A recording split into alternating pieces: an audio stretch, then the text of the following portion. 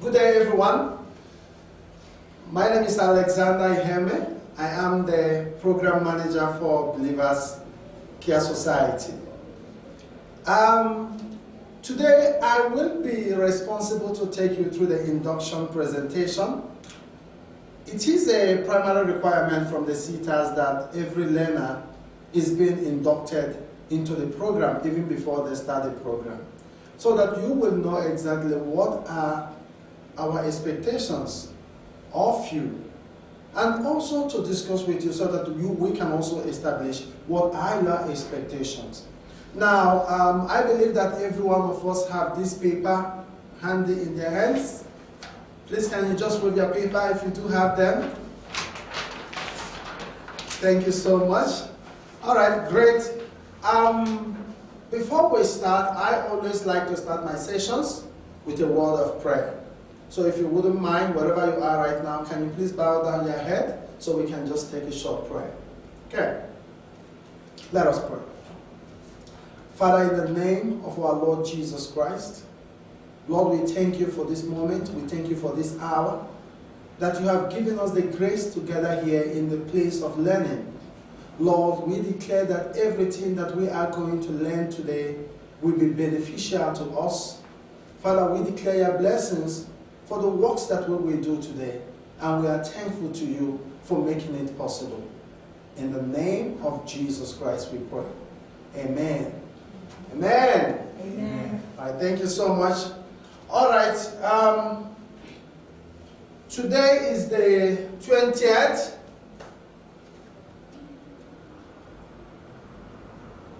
2007.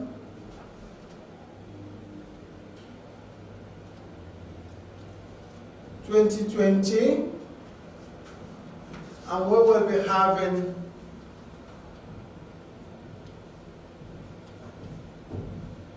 induction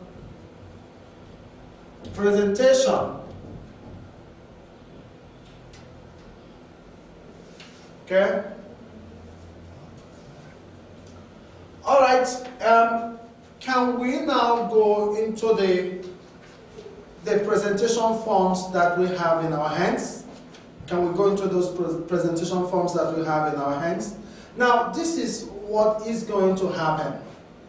I am going to go through these presentations. There are 14 of them. And as I explain each of the questions on that form, you will tick each of the boxes. You see the boxes, it says procedures, tick applicable box. So as I explain, you tick explained. Please do not tick not explained. You tick explained. Because of time, I will not be able to take questions immediately while I'm teaching the class, but you will see our WhatsApp number on the screen. The WhatsApp number is on the screen. So as we go along, if you have any questions that you would want to ask, please do write it down. And then send us a WhatsApp, send your questions through the WhatsApp number, and then we will respond to them. But I'll try as much as I can to make sure that I explained everything that is contained here. But if there are still some areas you face that you are not very clear with, please do speak to your campus manager. You can speak to your facilitators or the center manager or the campus manager in the centers where you are based, and they will respond to those questions. Okay, so please do tick explained. We are going to start now.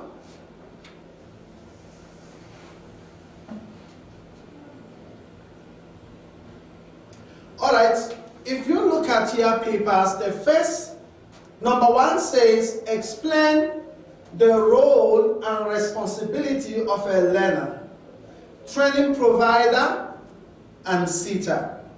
Explain the role and responsibility of a learner, training provider, and the seater. Now, let's take them one by one. What are the roles of a learner in class? In answering the role of a learner, we need to establish what are the learner's needs. Number 1, we say that the needs of the learners, number 1, is to be dedicated towards learning. Number 2, to attend every classroom activity. These are your roles. Number 3, to be honest. Number 4, to have a good attitude towards learning. Number 5, to submit evidence and assessment on time. Number 6, to ask questions in class. And the last, number 7, to be responsible. I'm going to take few of these responsibility of the learner and explain them to us. Let's look at number 4, to have a good attitude towards learning. When we say that we should have a good attitude towards learning, what exactly are we saying? What do we mean? All right, we need to understand that everyone that we have in the class today, some of us have left school some time ago, some of us have left school 5 years ago, others have left school 7 years ago, even those of us like me have left school probably 15 years ago. and more, and more. But this is the point. What you are going to do in Believers Care Society is not going to be different from what we do in schools. But what is required is a mental adjustment. It's a mental adjustment. In our programs, there are some courses that we have that are for ECD principals and NPO managers. You realize that some of them are over the ages of 50. And those are 6 months courses, and at the end of those courses, you realize that they all achieve competence in those courses. So what is the secret? The secret is basically adjustment of your mindset. Now you are in class. You need to tell yourself, now I'm in class, I need to adjust my mind and give it what it takes. Give it what it takes. One good thing about human mind is that whatever you focus your attention to do, your mind begins to adjust to accept it. So the number 4 that says to have a good attitude towards learning is basically saying to us that we should adjust our mindset to accept that we are now in school and to give our best to make sure that we achieve competence in what we are here to do. And then the 5th one, to submit evidence and assessment on time. The evidence basically means some of the classwork that the facilitators will be giving us to do. So those work that the facilitators gives you to do, make sure that you submit them on time when they are required. Do not bring them after when they were required. You need to submit them on time. Because remember, when we submit our evidence, our assessment and our evidence on time, it gives the facilitator the time to mark the script and to provide the feedback to the learners on the basis of what you have done. But if this one brings late and this one brings early and this one brings late, so it brings confusion even to the facilitators. So please make sure that you work with your facilitators to make sure that the exercises, activities, the tests that we are giving to you, the homeworks that we are giving to you to do, that you do them and you submit them on time. Then the last one, okay, probably we take the 6th one. The 6th one that says to ask questions in class. It is very important for a learner to ask questions in class. Because remember, we are all here to learn. Nobody is an embodiment of knowledge. We are all here to learn. So if there are some things that the facilitator have taught in class and you did not understand, and if you are not able to even ask questions in class, please make sure that after the class that you go to your facilitator and say, "Sir, can you please explain 1, 2, 3? I didn't quite understand it." And I believe that the facilitator will be very happy to explain these things to us. Okay? And also, please, let's try to accommodate different people. We are coming from different backgrounds. There are people that are confident in asking questions in class. And there are those that do not actually prefer to ask questions in class. Some people might not ask questions because we laugh at them when they ask questions. So let's try as much as we can to encourage people to ask questions in class by supporting them and helping them. All right. Now the last one that we are going to talk about is to be responsible. What does it mean to be responsible? To be responsible simply means that you are responsible for yourself in Believers Care Society. You are responsible for your work. You are responsible for your belongings, your cell phones, your beds, your learning materials. You are responsible for them. And then again, to be responsible can also deal with the issues of character, the way we behave. One of the things that is very important in the life of every learner is a leader. One of the things that are so important in the life of every learner is to learn what is called tolerance. We are coming from different backgrounds. You do not know where I come from. You do not know where he is coming from. But now we are all here. And the moment we come here, we become a family. So it's very important that we respect one another. No fighting is allowed in Believers Care Society. No bullying is allowed in Believers Care Society. So to be responsible also involves that you respect each other. Of course, they said respect is reciprocal. So if you want others to respect you, it's important that we respect one another. It is one of the first signs of a great leader. All right. So these are the roles of the learner. We are going to go to number 2. Please, if I do explain the role of the learner, please, I'm going to take again the role of the training provider. Now, what is the role of the training provider? Who is the training provider? The training provider in this case is simply Believers Care Society. Our role is to provide training to you. Training that is accredited. And to give you a quality training. Then what is the role of the Setas? The role of the Setas is to issue you a certificate when you achieve competence. So Believers Care Society provides the training, and the Setas issues a certificate of competence, and of course national certificates to those of us that are doing 12-month courses. So this is the role of the learner, the responsibility of a learner, training provider, and the Setas. So I believe that we have explained this one. Can I please ask everyone to please take as we go to number 2? Please do take.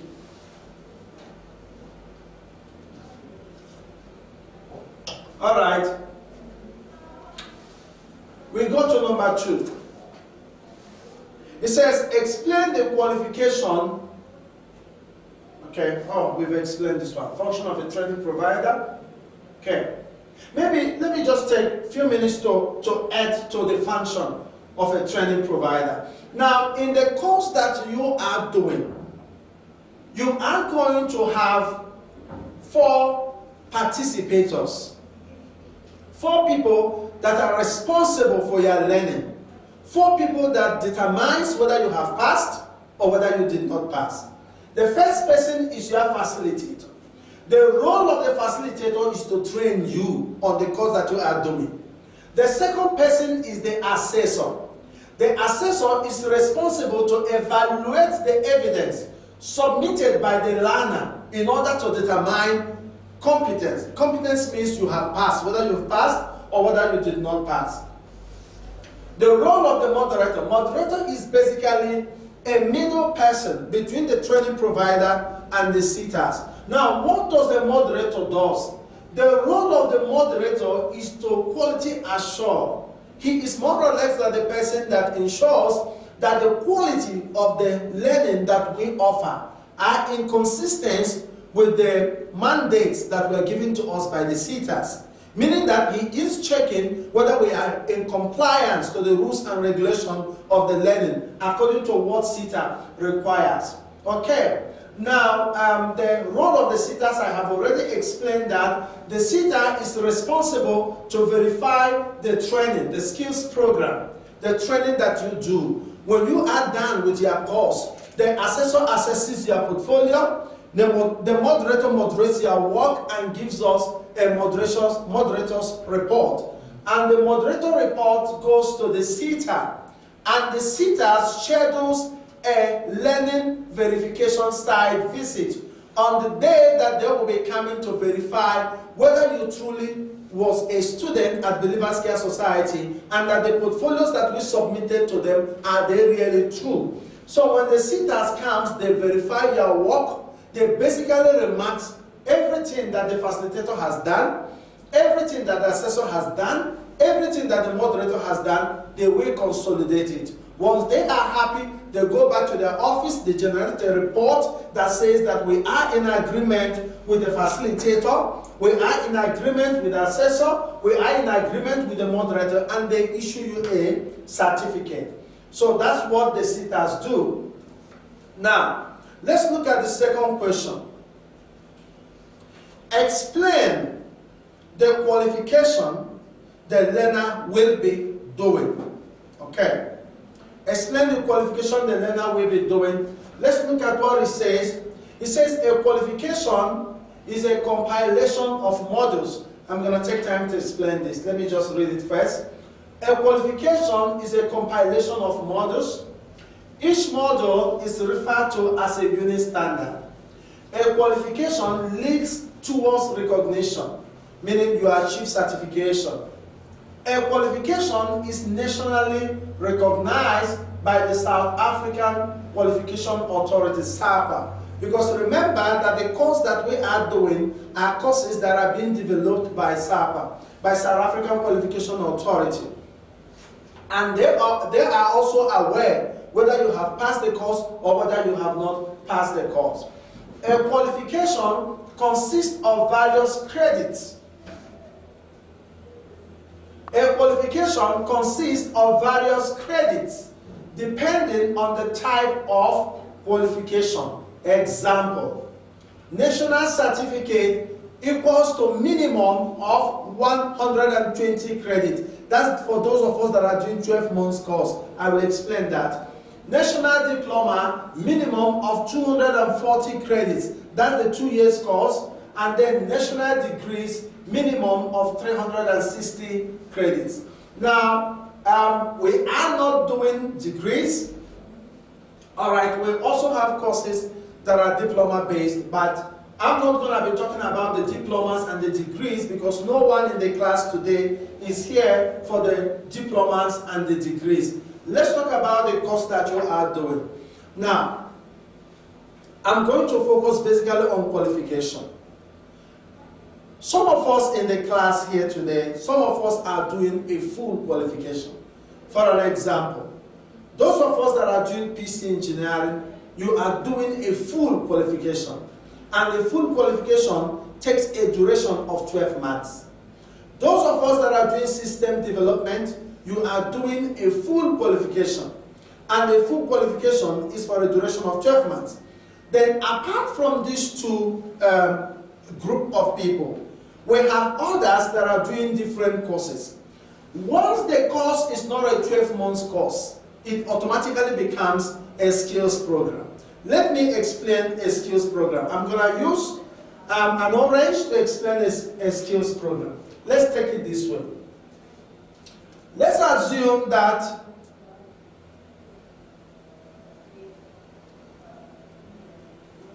this is an orange equals to qualification.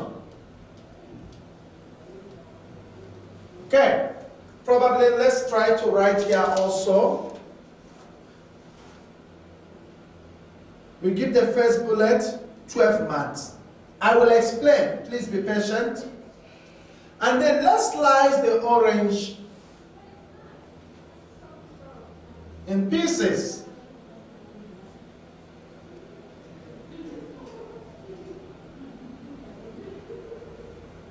This one is called a skills program. Okay, you know what I want to write here, a skills program. Now, please pay attention. Pay attention now. Every qualification is developed as a full qualification. I'm going to take, for an example, end user computing as our case study for an example. Let's assume Alex came to Believers Care Society and Alex says, I came here for a computer course. Now, let's assume that, okay, let's not take that way. Let's go back. Let's take it this way. Let's assume that Alex came to Believers Care Society and he says, I want to do a course in end user computing. Now, this is end user computing. If Alex is basically saying that he wants to eat the whole slices that the orange contains, which is going to take him 12 months to finish. If Alex ate half of these oranges, half of these slices, half of this orange, and he did not finish the slices, did Alex completed a full qualification? The answer is no. What did Alex do? A skills program. He did a skills program. Some of us that came here to do computer skills, there is no qualification that is called a computer skills. Computer skills is a course that is taken out from end user computing. From end user computing. Okay, let's just take it this way. Sorry about that, let's take it this way. Let's say Alex came to do a computer skills at Believers Care Society. Computer skills is not a full qualification, it's just a skills program. Now, what Believers Care Society is going to do, they go to a qualification where computer course is found, and they take out a slice. Let's assume this slice teaches you computer. This one teaches you a computer. This one teaches you computer. Believers Care Society is going to take out these 3 slices as a computer course. As a computer course. Where is these 3 slices coming from? From the full qualification. From the full qualification. Inasmuch as Alex did not complete the full qualification, whatever he did is called a skills program.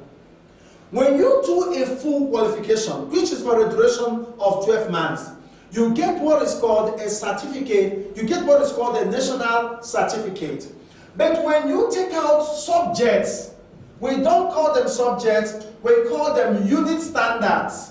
These slices are not called subjects, but I'm going to use the word subject because that's what most of us are familiar with.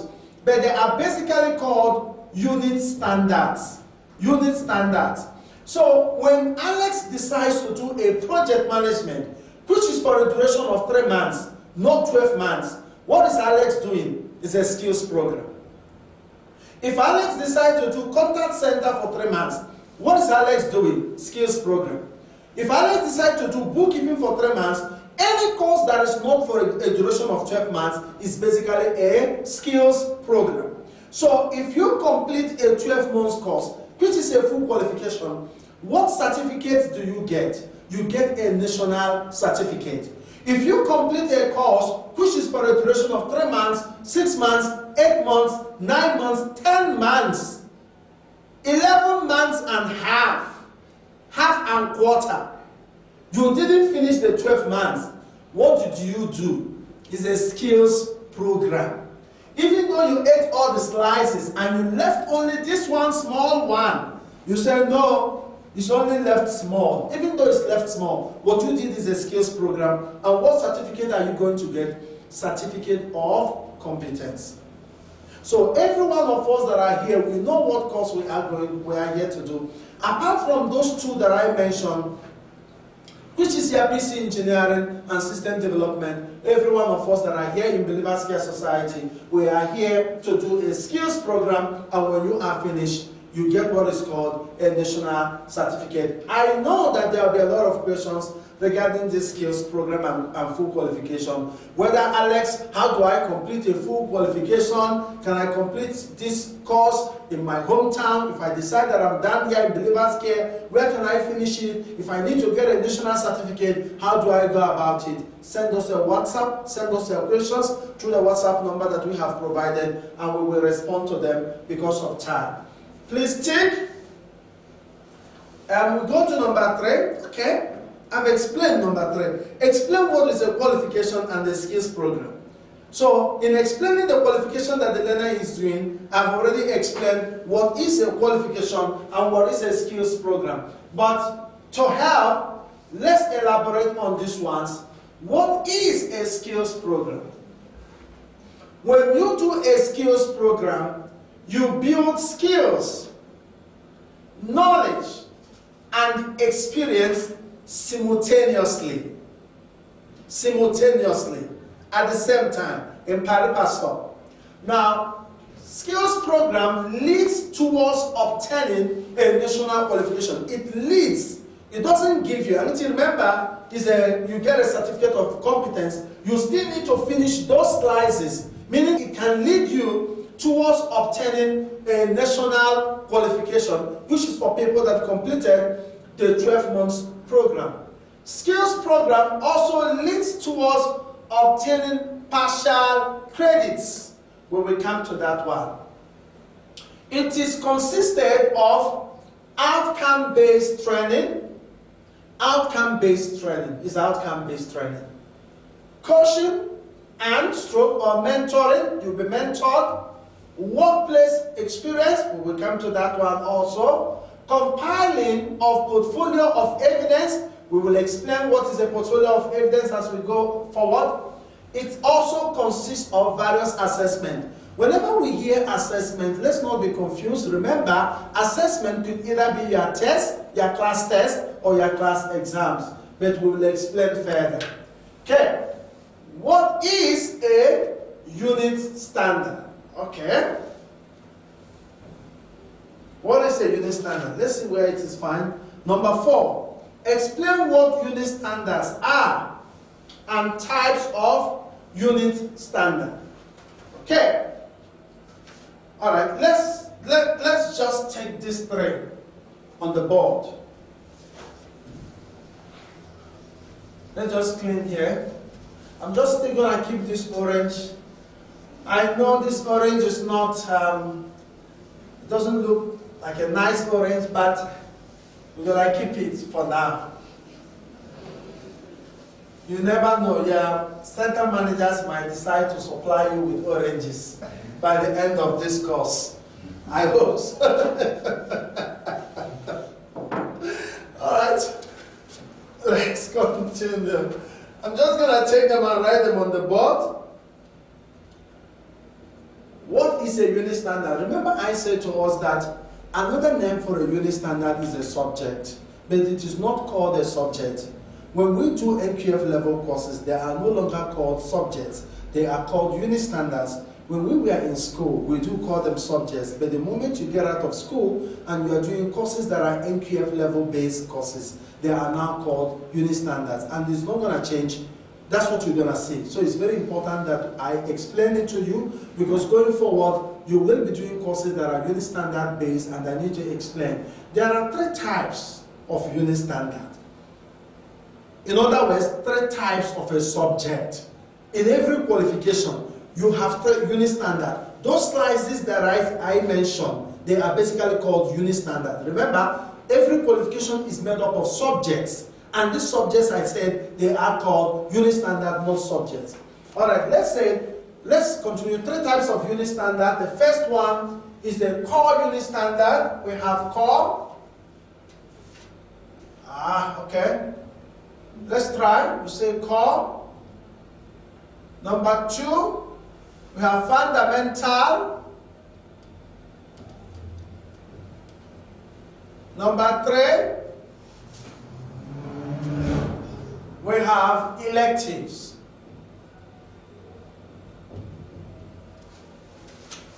So I said it's core, It's fundamental, it's elective. Now, I'm going to explain them nicely. Okay, types of unit standard. Okay, we will come to that. Okay. Now, every unit standard, every qualification is made up of subjects. I said unit standard. Some of them are called core unit standard. What is the core unit standard? The core, it means like the core is the actual reason why that qualification was developed. For an example, the reason why end user computing qualification was developed is to enable people to learn how to use a computer. So those subjects or unit standard that deals with the main reason why that qualification was developed, those are called the core, like the heart of a person, the main unit standard. So we have the first one, core unit standard. The second one is called fundamental unit standard. Now, what is a fundamental unit standard? There are, all right, the moment you come out from school, it is assumed that we will be expected to work. And in a working environment, there are basic knowledge that it is assumed that you must possess for you to be able to function in a work environment. What are those basic knowledge that we should possess? Sorry.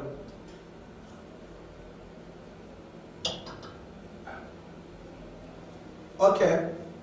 What are the basic knowledge that it is assumed that we have? For an example, financial literacy, ability to respond to a client or to a customer, ability to communicate with people, communication skills. These are fundamental knowledge that it is assumed that every human being should have for them to be able to function in a work environment. But unfortunately, you realize that not all of us possesses those knowledge. Some of us possess them, but not to the limit that it is required, depending on what we are doing. So you realize that the South African Qualification Authority decided to include those basic knowledge into every qualification. To say that if you are doing computer skills or end-user computing, I will continue to use end-user computing as an example for this induction session. If you are doing end-user computing course, it is assumed that when you finish the course, you'll be working. So, because you'll be working and you need those skills, for an example, communication skills, you realize that even though you are doing computer course, but inside that computer course, you realize that 3 or 4 unit standards deals with how to communicate with people. So basically, that is what is called the fundamental. Then what are the electives? Electives are courses, are subjects, unit standard that enables us to specialize. For an example, if I'm doing computer skills, I can do just the normal computer skills like your Microsoft Word, Excel, my PowerPoint, my internet and email, but there are advanced Excel. There are advanced PowerPoint. There are advanced Word. There are database. There are also database. So when you have done a course in end-user computing, you realize that those advanced knowledge subjects that deals with advanced knowledge on the course that you are doing is also included in the qualification. You are expected to do them, you are expected to know them. You can then decide whether you want to specialize in advanced Excel, or whether you want to specialize in advanced PowerPoint, or whether you want to specialize in advanced internet and email, depending on what you want to do. So these are the 3 types of unit standard. I'm just going to read what it says here.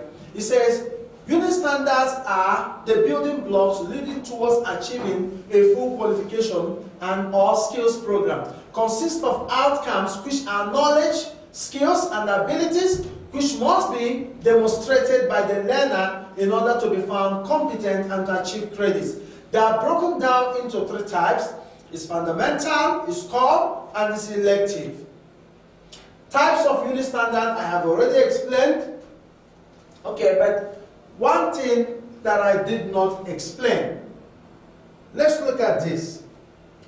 Fundamental. Fundamental unit standards are modules which test your foundational knowledge and skills. Example, numeracy skills, I mentioned it. Literacy skills, I mentioned it. The basic application of computer skills, that at least you know what is a mouse, you know what is a keyboard, you know that this is a computer, that this is, it's not a television, it's a that is a computer, not a television. Alright, and then what are the core ones? The core unit standards are modules which comprises of the theory and practicals and practical skills required which form the basis of the qualification. The basis, it is the main thing which forms the basis. For an example, if you are doing an end user skills program, this module will teach you everything about computers, which is the crux of the qualification. Crux means the core of the qualification. Electives unit standard enables you to specialize. I have explained that, so let's not go forward there. Each unit standard contains its own credit value. Credit values is more or less like an aggregate. When we were in high school, we accumulate points, we accumulate aggregates. Your credits, your aggregates enables you to decide whether you qualify for the courses that you applied for in the university. If your percentage, your mark, didn't go up to what is required for the course you apply for the university, they can't give it to you. So it's more or less like credit simply means it's like points. Every unit standard has points. Remember when we came here, you remember here, national certificate minimum of 120 credits. So this is what it was talking about. So when you do one slice here, it might have 10 credits. Who decides the credit? Alex does not decide the credit. South African Qualification Authority decides the credit depending on the weight of the subject. The heavier the subject, the more credit. The lesser the weight, the lesser credit.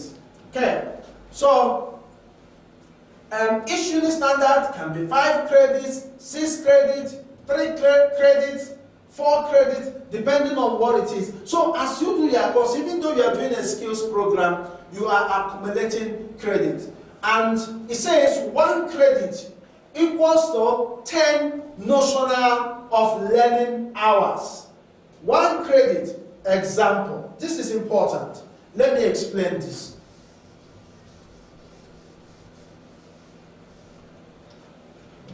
Let's assume this unit standard has 5 credits.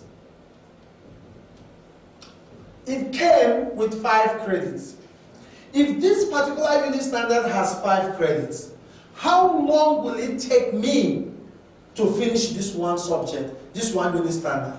Very important. Remember what it says, 1 credit equals to 10 notional, not national. 10 notional hours of learning. Notional hours comprises of the hours you spent in class, the hours you spent doing your own personal studies at home, the hours you spent doing your homework or doing practical experience at workplaces or whatever. So these hours are put together. It's saying that for you to be able to complete one unit standard, it must be a duration of 10 hours. 10 hours, not the hours in class, but hours of assignment, hours of class, and hours of practicals put together. Our time is moving. Put together. I'll try to rush. Put together. So, if this unit standard has 5 credits, how long will it take Alex to finish this unit standard? Then we say, if one unit standard, 1 equals to, I hope you can see me, 1 equals to 10 hours, and this is 5. Then we must say then 10 times 5 credits equals to 50 hours. Remember, it's not just hours, 50 notional hours. How long is the duration of that course? Then we say 50 divided by the number of hours you spend in a day doing that course. Let's assume you spend 4 hours in a day in your class. Then we're going to say, or let's assume you spend 5 hours a day on that course. Then we are going to say 50 divided by 5. Then equals to 10 days. Meaning this unit standard is going to take you 10 days. If you are doing it more, let's assume you spend 10 hours, but you cannot do 10 hours because the maximum is 8 hours in a day. 8 hours is the maximum time for learning in a day. But let's assume you spend 10 hours in a day. How many days then will it take you to complete a course that has 50 notional hours, which is 5 credits? Then we can then boldly say 50 divided by 10 hours that I spend a day. How many days does it give me? 5 days. So this is how we decide the duration of your course. We don't just wake up one morning and say, computer skill is going to be 3 months, project management is going to be 6 months. No, we work them out according to how many credits they contain. And this is the requirement from the Setas that every course must be completed according to their notional hours. That's why I say to you that when you do a full qualification program, it takes you 12 months. You cannot do a full qualification program for 12 months. Your grade 8 is 12 months, your grade 9 is 12 months, grade 11, 12 months, grade 12, 12 months. So every full qualification is for a duration of 12 months and nothing less. Okay. All right. I'm going to jump some of the things because of time. Please think. Okay, I'm going to explain this. Explain what specific outcomes. Explain what specific outcome is and assessment. Oh, okay. Explain what specific outcomes and assessment criteria are. Okay.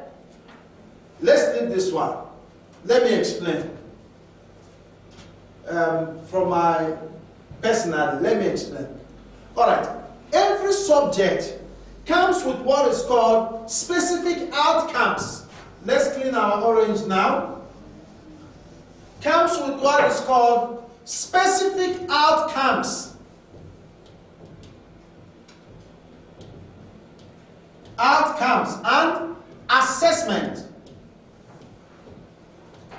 Assessment criteria. All right. Specific outcome and assessment criteria. Let's say you are doing a course in computer skills again. There are things that you are meant to have known by the time you finish that course. If you are doing a course in Microsoft Word, you are expected to have known how to develop a document like this one. You are expected to know how to do this, type this, give us this document. These are called outcomes. And every unit standard naturally comes with outcomes. When you look into your manuals, you will see those manuals. They will give you the specific outcomes of that specific unit standard. Remember, it says specific. It means direct. Outcome. What is the outcome? Outcome is an outcome. The end product. Now, what is the assessment criteria? Assessment criteria simply means assessment. Remember, I say to us, every time you hear assessment, don't think there is something big. It basically means a test or an exam. So what is a criteria? Criteria simply means how to, ways to know. So if your specific outcome says that you are doing, let's say you are doing Microsoft Word, and then what are the specific outcome? The specific outcome says you should be able to develop this kind of documents. How do I know that you know how to develop this kind of documents? By giving you a test. By asking you to to develop this document. So, specific outcome, what you should know. Assessment criteria, the test that tells me whether you know what you should know. It's clear.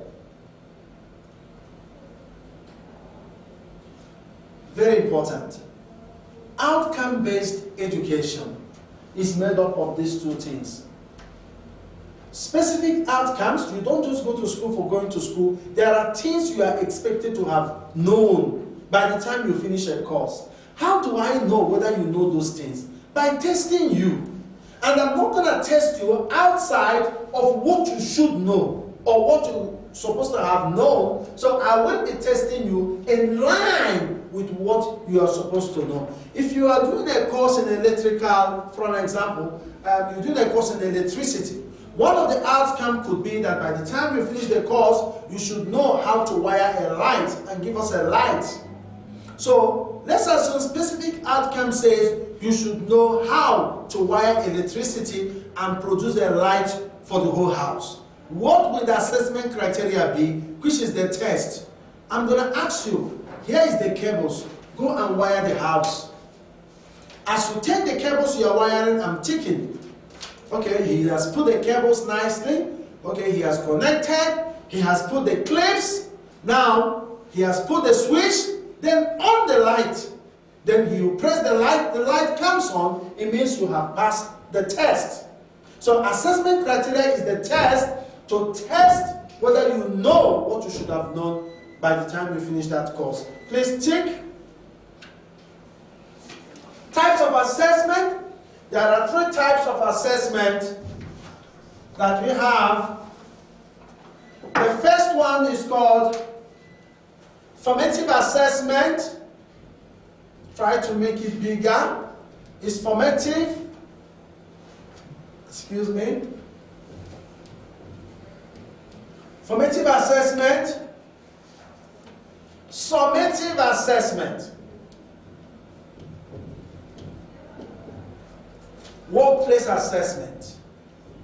It's workplace assessment, otherwise known as experiential learning. Experiential learning, or can also be known as practicals. Practicals. So there are 3 ways that a learner is tested when he does a course. The formative assessment basically is your class test. The summative assessment is your exams. When you hear formative assessment, you know that we're talking about a class test. When you hear summative assessment, you know that we're talking about examination. When you hear workplace assessment, it means a workplace assessment. So that's what it means. Formative assessment, it deals with your test. Summative assessment, it deals with your exams.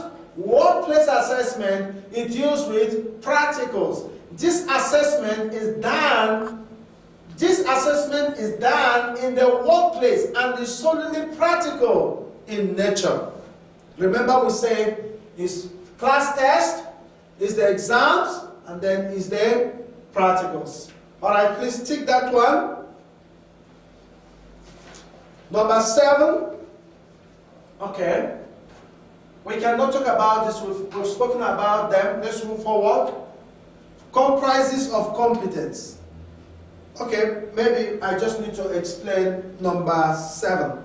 Pre-assessment interview form. Okay, alright. Alright, before you write your exams, first and foremost, there should have been a meeting that is being held between you and your facilitator to determine whether you are ready to write exams or not. The moment you are ready to write exams, there is a document that your facilitator is going to give to you. That document is called pre-assessment. Remember, we said that assessment is is a test or exam, assessment. And then we have here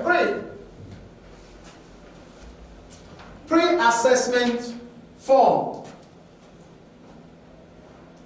or pre-assessment interview form.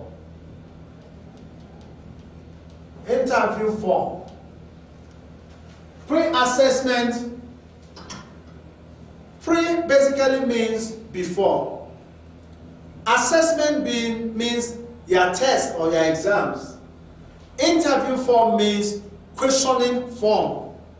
In other words, we are saying, before you write your examination, the facilitator or the assessor will question you, interview you, to find out whether you are ready to write exams. And it comes as a form like this one, with questions. You must tick, I'm ready, I'm ready. The moment you are ready, you say you are ready to write exams, you are binding on the outcomes of that examination or that test. So that is what is called pre-assessment interview form. All right, please take, let's go to number 8, comprises of competence.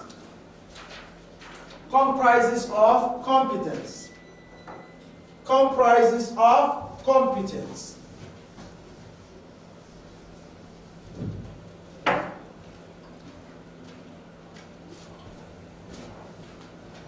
All right.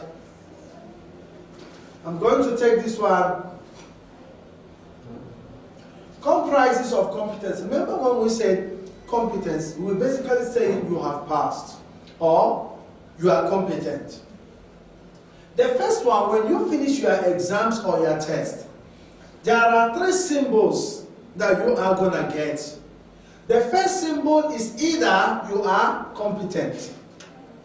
The second symbol is either partial competence. The third symbol is not yet competent. Explanations. Competence means this learner has passed. Partial competence means this learner passed some and did not pass some. Not yet competent means learner did not pass. It means this learner, okay, I don't want to say fail. We don't say fail. Okay, this learner did not pass. But I mean, it's a nice way to say, this learner did not, it's actually, this learner failed, okay? This learner failed. It says, note, learner is given 2 attempts. If they are not competent, 2 chances to rewrite only what they failed. Let me explain.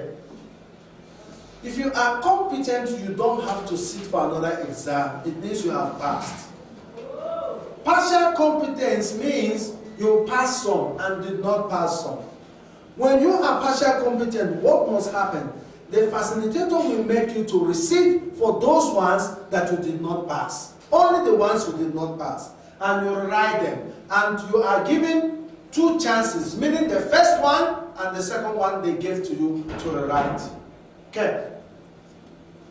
Not yet competent means this learner didn't pass at all. This person, he didn't pass anything at all. So what will happen here is that the facilitator will communicate to the learner to say, you did not pass.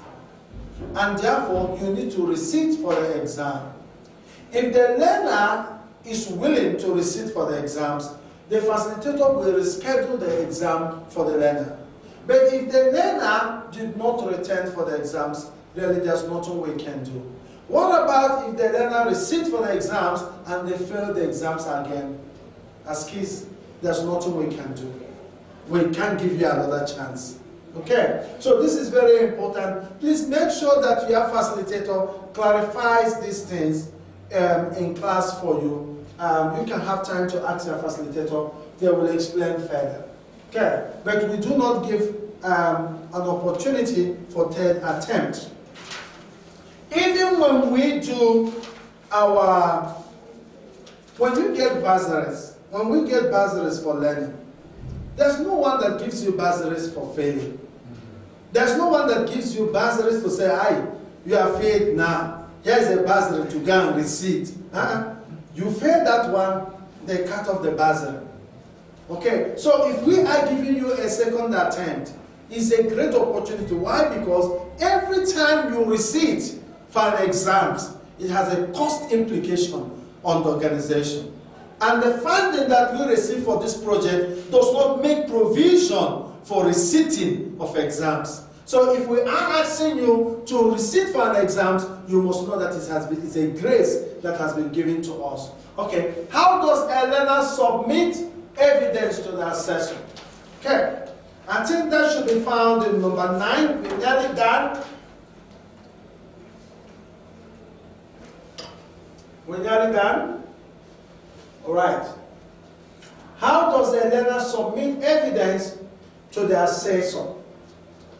The question says, explain what a portfolio is and how to build a proper portfolio. So this is explaining what a portfolio is and how to build it. The learner does not submit their class, just their classwork, to the assessor.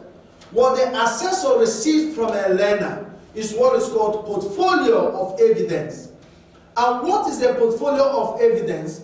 Portfolio of evidence is a file. I believe in the centers where you are, you'll be asked to bring in a file.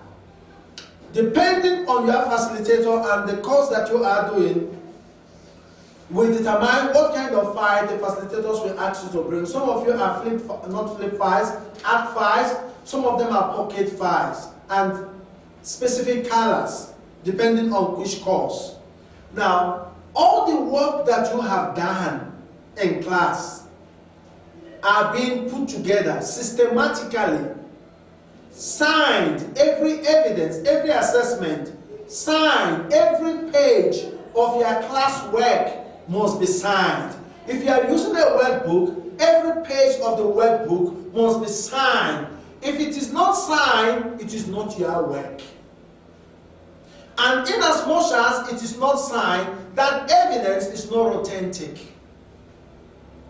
So make sure that all your work are signed. Some of us that will be doing electronics assessment, that are using computers to answer questions, get a digital signature. I promise you that the information that you give to Believers Care Society, they are absolutely safe with us. Get a digital signature and insert digital signature on the works that you are doing electronically. If the works are not signed, they are not authentic, anybody could have done it. The signature shows that this work belongs to you. The Setas requires that. If there are no signatures, the moderator will not uphold that portfolio. Now, how does the learner submit evidence to the assessor?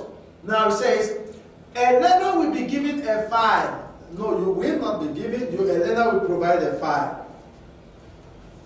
This file will be your portfolio of evidence.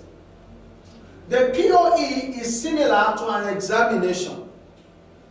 You cannot copy from another person's work, POE, or steal another POE and claim to be yours.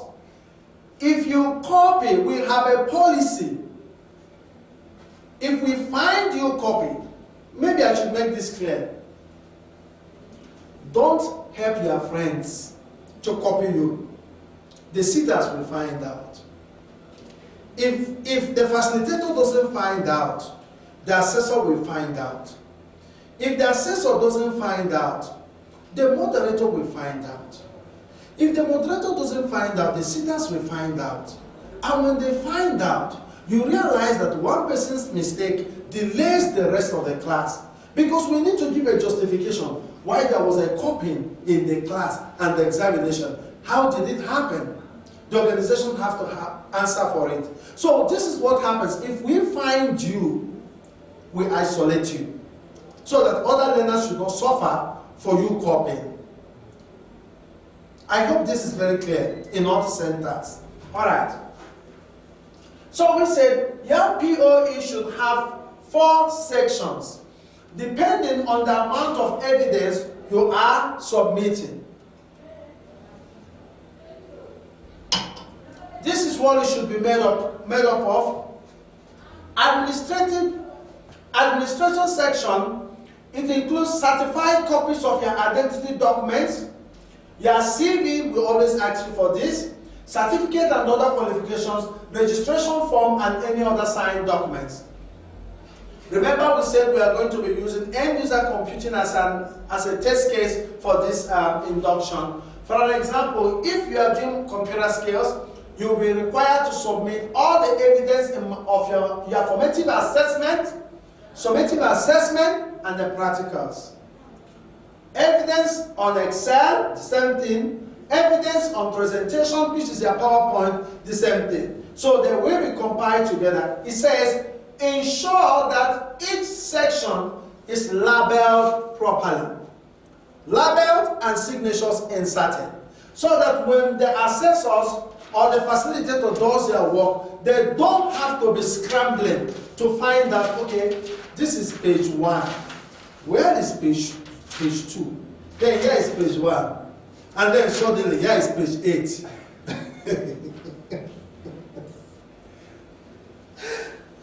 To be honest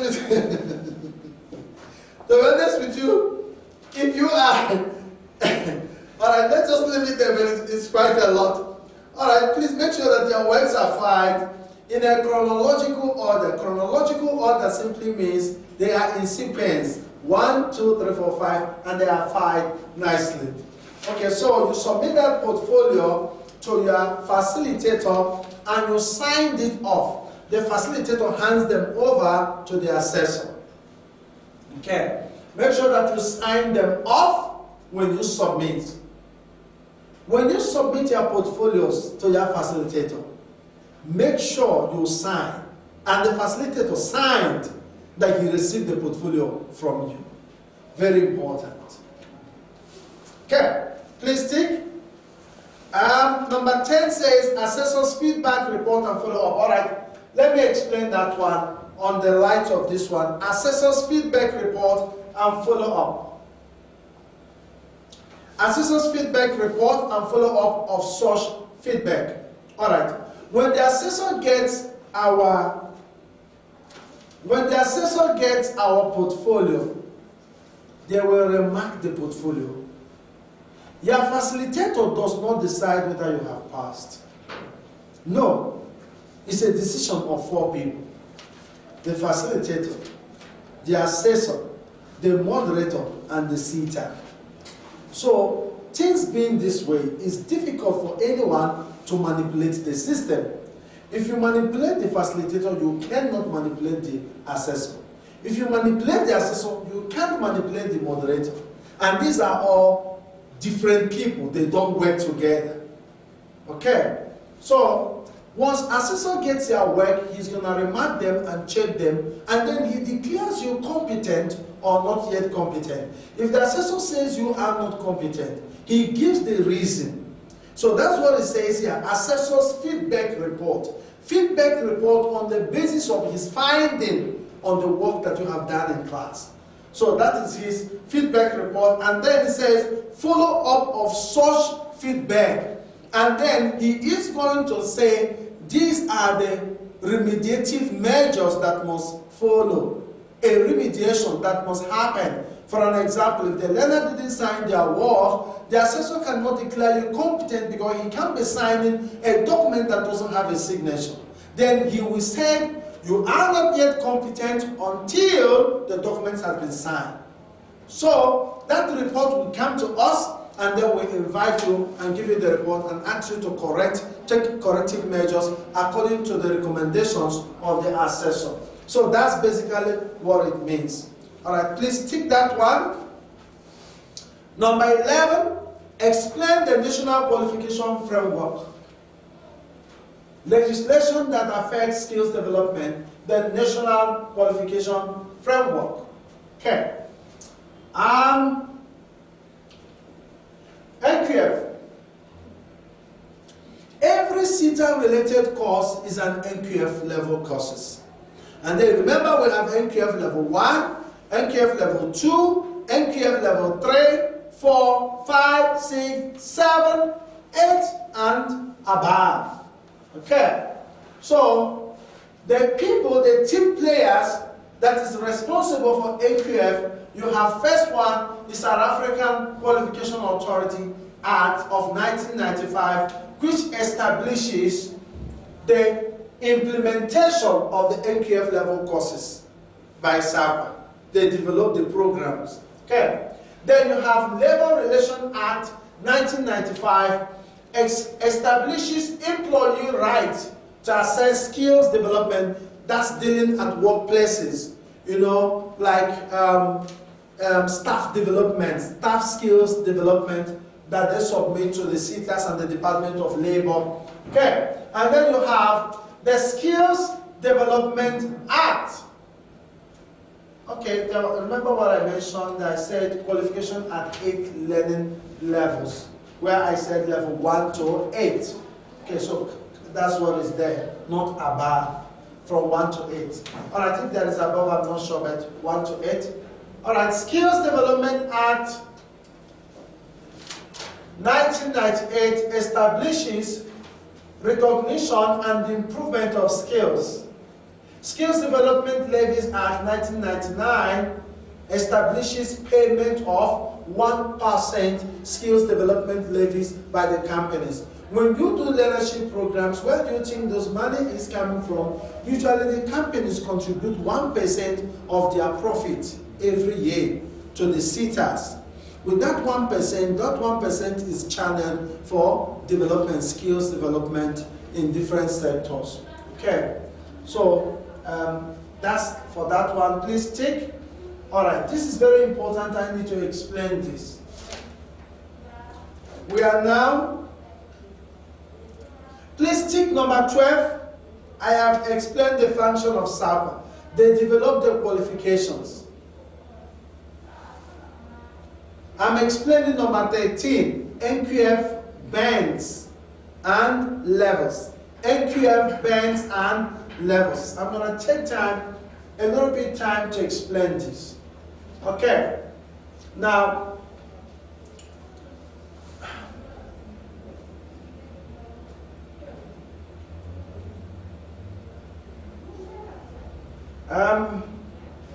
all right, let me do it in a primary way so that we can understand it. Let's do it in a very basic way. I'm going to say here NQF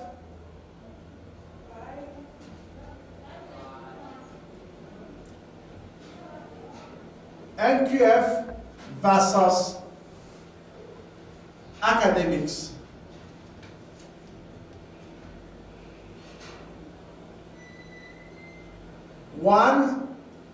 Level 1, 2, 3, 4, 5, 6, 7, 8. Now, when we talk about NQF level courses, what do you think we're talking about? Remember, we have two kinds of learning. We have NQF level courses, and then we have also academic courses. Academic courses are the courses that we do in school. For an example, in our high schools, we are not doing NQF level courses. We're doing academics. Academics are courses, or probably a course or subjects that enable somebody to plan to go for a higher institution. Does it make sense? Because for an example, somebody who wants to go to a university or somebody who wants to further their education, usually those are called academic courses. For an example, a matric. Usually, matric is not a qualification that is meant for someone to use to look for a job. Matric is a qualification. Matric is a qualification that is meant for someone. Just 1 minute. Okay, it's all right. Okay, matric is a qualification that is meant for people that are planning to further their education. For an example, to go to the university. Now, what about NQF level courses? Usually, NQF level courses, NQF courses are occupational based. These are courses that enables you to work. These are courses that teaches you what happens at workplaces.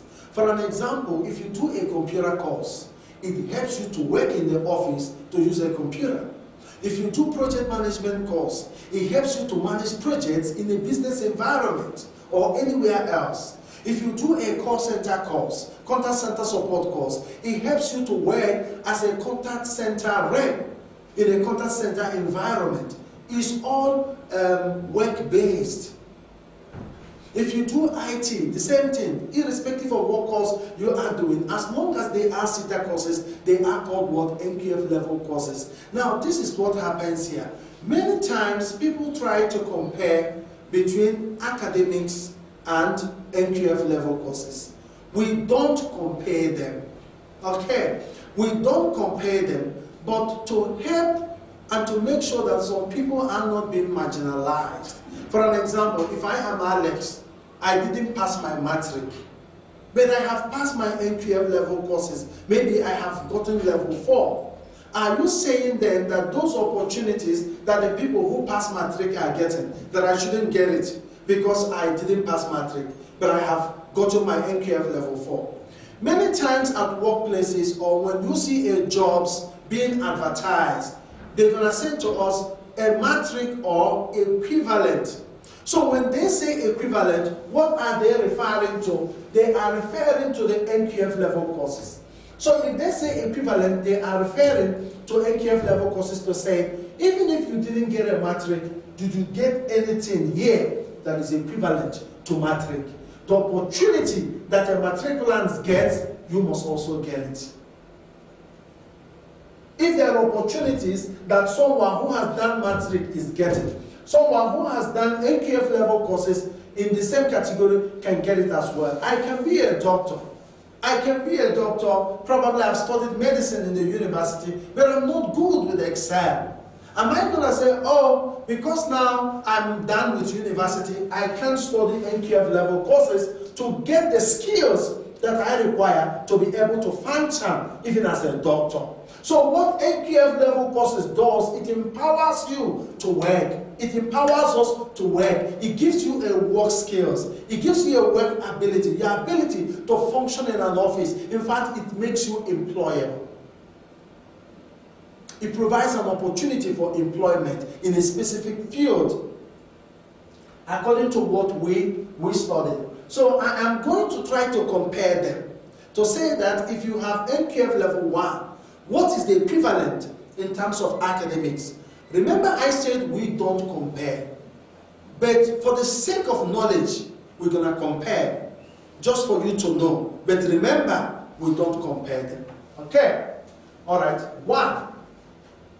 If you have NQF-level 1, it is assumed that you have passed grade 9 doing grade 10.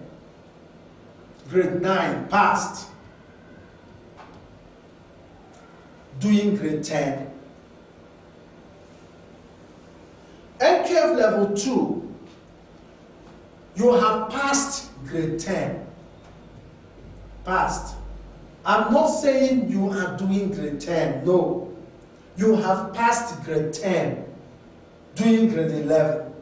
NQF-level 3, you have passed grade 11,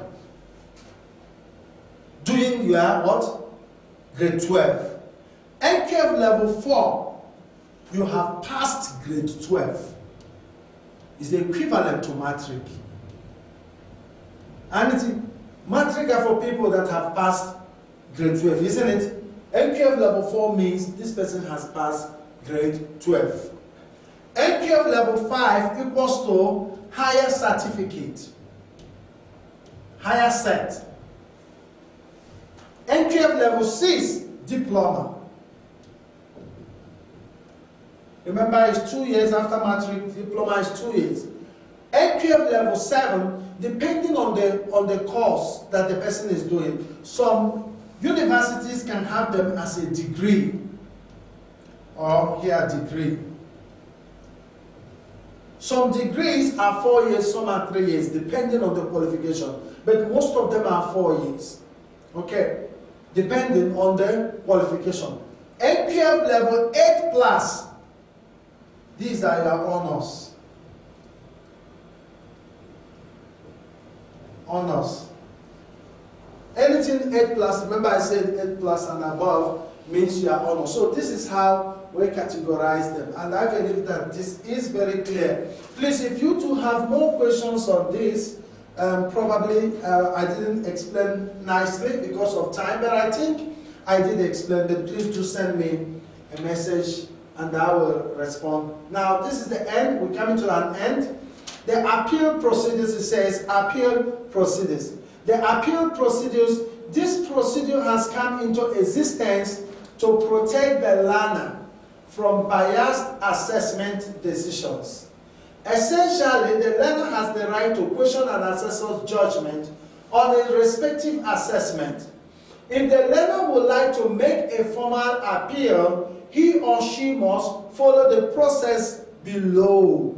Number 1 is saying these are put in place to protect a learner from a biased decision from the facilitator or assessor. For an example, if the facilitator said you have failed when you know that you have passed, you can appeal his decision. And how do you appeal it? He gives you the steps below. Okay, number 1, raise the issue with the facilitator. The facilitator will by all means try to resolve the issue. Number 2, if the facilitator cannot resolve the issue, raise the matter with the manager, your center managers, who will then in turn advise the assessor to attend a meeting between the learner, the facilitator, assessor, and the manager. If the issue, number 3, is not resolved, raise it with the moderator, and we will give you contact details for all these people. You will have details for all these people, so that in any case, if anything happens of this similar nature, you know that you know exactly who to talk to and where to go and how exactly to go about it. So if the issue is not resolved, raise it with the moderator. The moderator will convene a meeting with the learner, the facilitator, assessor, and the manager to resolve the issue. If the moderator, number 4, if the moderator cannot resolve the issue, submit a written complaint to the sitter. The sitter's decision is the final in that case. Okay? So that is how it is done. All right. Okay. Before you sign, this is where we are going to be ending the induction. But before you sign this document, we are going to collect them back from you. We will be expecting you to write the course that you are doing, the name and surname, that is your name and your surname, your ID number, your cell phone number, then you sign. Today's date at BCS and the center where you are. If it's BCS Telfontaine, you say BCS Telfontaine. If it's BCS Denver, you say Denver. If it's BCS Boise, you say Boise. If it's BCS Taft Club, you say Taft Club. Depending which center where you are, you just write BCS. Wherever you are, you say BCS in that place. Okay, you are going to sign these documents. Please, when you sign them, please don't start signing. Wait, we are not done yet. Don't sign yet. I need to explain a few more things. Okay, please be patient.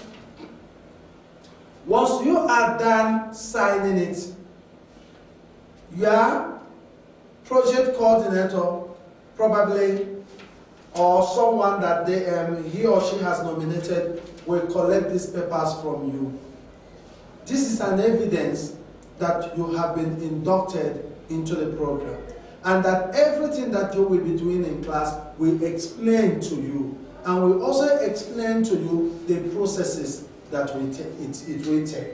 Okay, so before you sign, please wait. Let's wrap up what we did. I'm going to cover up again the providers, the overview, provisions for facilitation, provider support, the overview, learner support. Number 1, provider support. Provider, which is Believers Care Society, Provider will ensure that the following is provided to the learner. You must have these things as a learner in class. It's our responsibility to give them to you. Learner induction session. That's what we are doing now. You've been inducted into the program. Learner guide per module. Learner guide simply means your manuals. For those of us that have not yet received, they are still in print. And I believe that before the end of this week, before you go back to your classes, you will be receiving them all. You should have them before you return back to classes. Curriculum guideline. The day that you were registered, you were given the course content. That is the curriculum guideline. Learner orientation session. The day that you were registered, orientation was also provided to us. And then, overview, learner duties stroke learning. 80% attendance is required. Remember that the class that we are attending now are both contact session because of COVID-19. Every work that we are doing in class is also done electronically, online. We have online platforms, and their facilitators will be providing training to you on how to use those online platforms, just in case. If anything happens that we are required to go back to level 5 to another lockdown, you should have learned and understood how to use the online platforms so that the work must continue even when we are on lockdown. Very important. Very, very important. Okay. 80% attendance is required. Completion of assignment tasks on time is required. Completion of formative assessment tasks given. Completion of final summative assessment. Facilitator will explain that. Okay. Let's leave this one, right hand obligations of learners. Let's jump that one. Maybe we can just take it. Number one, the learner needs to be trained and to be educated adequately. It's our responsibility to do that. It's our responsibility as a center. Maybe I just also need to help you to understand that the courses that you are doing at Believers Care Society, they are all accredited courses. We do not have any course that is not accredited. All our courses, they are accredited. We have the license to teach these courses. It simply means that when you finish these courses, that the certificates that you get at BCS, these are certificates that are nationally, and some of them are even internationally recognized. And our approach to teaching is completely different as a non-profit organization. Remember, the certificate that someone who is in Damele, who did a course in Damele, whatever certificate that they got, it is not different from what you get in Believers Care Society. It's the same SETA. It's the same unit standard. It's the same credit. It is the same regulation. It is the same SETA that issues the certificates. In fact, in Believers Care Society, you have a better opportunity. Why? Because our mandate is to help you, to develop you, and to make you to pass. Meanwhile, in other institutions, their mandate is to make profit. So whether you pass or whether you don't pass is none of their business, because they exist to make profit. We exist to develop people. Never forget that. Very important. Okay. Complain about the quality of the training. You have that right. Comply with codes of conduct. Don't do drugs in Believers Care Society.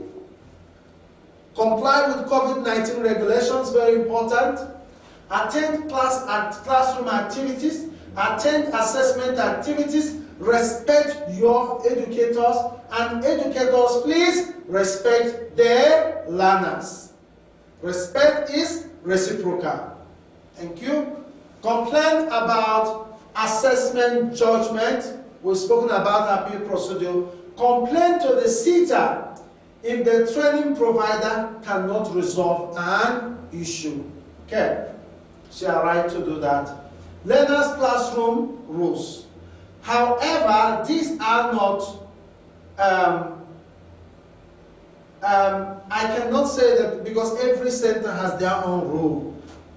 According to the agreement that you have with your facilitators, he will give us the classroom code of conduct for us to sign. If you haven't signed it yet, facilitators, please take note that learners need to sign Believers Care Society Code of Conduct. But however, according to my class, these are some general do's and don'ts that we will want you to be aware of in Believers Care. So wherever you are, I'm going to read out. If it is a do, you say to me, do. If it is a don't, you say what? Don't. Okay. Number one, are you ready? Yes. Participate actively in class, do or don't? Do. Do, okay. No answering calls in class, do or don't? Don't. Okay. Ask questions for clarity, do or don't? Do. No eating or drinking in class, do or don't? Don't. Give constructive criticism, do or don't? Do. Do. No discrimination is allowed in class, do or don't? Don't. Maintain confidentiality, do or don't? Do. Do. Do. Yes. Okay. No unnecessary movement in class, do or don't? Don't. Have a pen and pencil at hand, do or don't? Do. Unnecessary noise is prohibited, do or don't? Don't. Don't. Alright.